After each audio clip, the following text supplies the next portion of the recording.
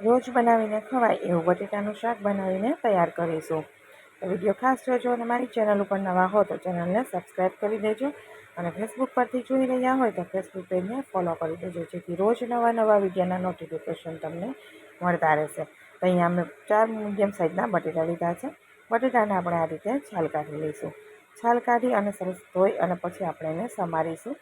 તો બટેટાના શાક છે એ ડાયરેક્ટ વઘારીશું, પરંતુ એ ટુકડા છે એ થોડા મોટા કરીશું, જેથી આપણે વરામાં શાક હોય એવો શાક આપણું બનીને તૈયાર થશે.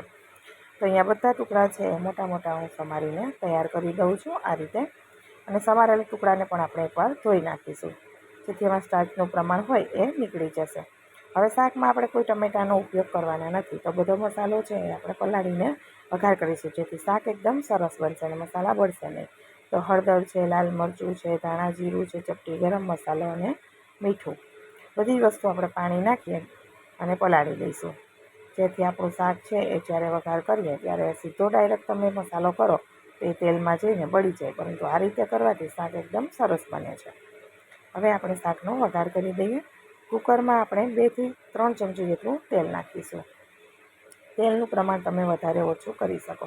વધારે પસંદ હોય તો થોડું વધારે લેવાનું, ઓછું પસંદ હોય તો તમારે 1 ચમચી જ નાખવાનું. તેલ ગરમ થાય એટલે રાઈ મેથીનો વઘાર કરીશું. બટેટાના શાકમાં રાઈ મેથીનો વઘાર છે એની સુગંધ ખૂબ સરસ એવી આવે છે.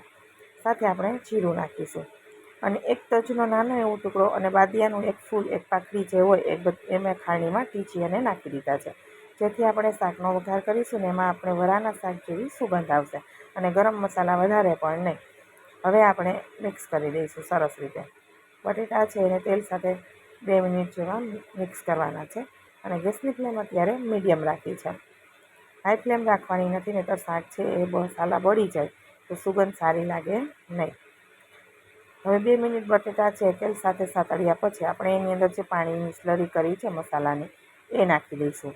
તો જો બટેટામાં ડાયરેક્ટ આપણે મસાલા કરીએ તો એ તરત પાણી નાખવું પડે, નહીંતર એ છે ચટણીને બધું કાળું થઈ જાય, બળી જાય. પરંતુ આ રીતે પાણીમાં મેં પલાળેલા મસાલા નાખીએ તો મસાલા પણ સરસ ફૂલી જાય અને શાકનો કલર પણ સરસ આવે, મસાલા બળશે નહીં. હવે એમાં આપણે થોડું પાણી નાખ્યું હતું એટલે મસાલાને આપણે બટેટા સાથે ઢક્કણ ઢાંકી અને 3 મિનિટ માટે ચડવા દઈશું, જેથી તેલ છે એ છૂટું પડી જાય, મસાલા સરસ એવા કૂક થઈ જાય. તો તમે અહીંયા જોઈ શકો છો ઉપર તેલ છે ને એની મેળે થોડું છૂટું થઈ ગયું છે અને જે મસાલા છે એકદમ સરસ લાલ ચટક થઈ ગયા છે. તો હવે આપણે એને પાણી નાખવાનું છે પકાવવા માટે. પહેલાં પાણીનો ઉપયોગ નથી કરવાનો, એટલે બટેટાનું શાક છે એ તમને ખાવામાં સારું લાગશે નહીં.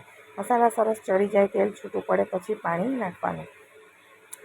તો અહીંયા અડધો કપથી થોડું ઉપર એટલું મેં પાણી નાખી દીધું છે અને મિક્સ કરી દઈશું. હવે ઢક્કણ ઢાંકી અને 4 વિસલ થવા દેવાની છે.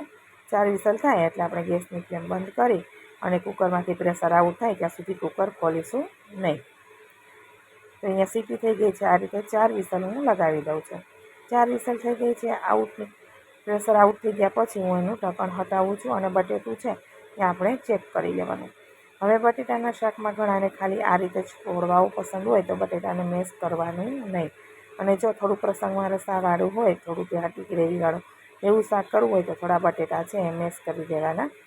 હવે આપણે લીલા ધાણા નાખી દઈશું. તો બટેટા છે હું લીલા ધાણી અને નાખી મિક્સ કરું છું અને પાકેલા છે એટલે થોડા મેશ થઈ જશે અને રસો છે ને એકદમ ઘાટો થઈ જશે બટેટાનો. તો આ રીતે બટેટા મિક્સ કરી દઈશું અને શાક છે એકદમ ઘાટું થઈ જશે હવે, કેમ કે ફોડવા થોડા તૂટી ગયા છે અને એનો ઘાટો રસો થઈ ગયો છે. તો તમને બટેટાના શાકની રેસીપી કેવી લાગી છે એ કોમેન્ટ બોક્સમાં જરૂરથી જણાવજો. વિડીયો પસંદ આવે તો વિડીયોને લાઈક આપજો અને વધુમાં વધુ લોકો સાથે શેર કરજો. જેટલું સિમ્પલ છે એટલું ટેસ્ટી છે. આપણે તજ અને બાજુ નાનો એવો ટુકડો નાખીને વઘાર કરીએ છીએ, પણ સુગંધભરાના શાક જેવી આવશે અને શાક એકદમ ટેસ્ટી એવું બનીને તૈયાર થશે. તો જરૂરથી બનાવજો અને કોમેન્ટ બોક્સમાં પણ જણાવજો. ફરી મળીશું નવા વિડીયો સાથે. આવજો, બાય બાય.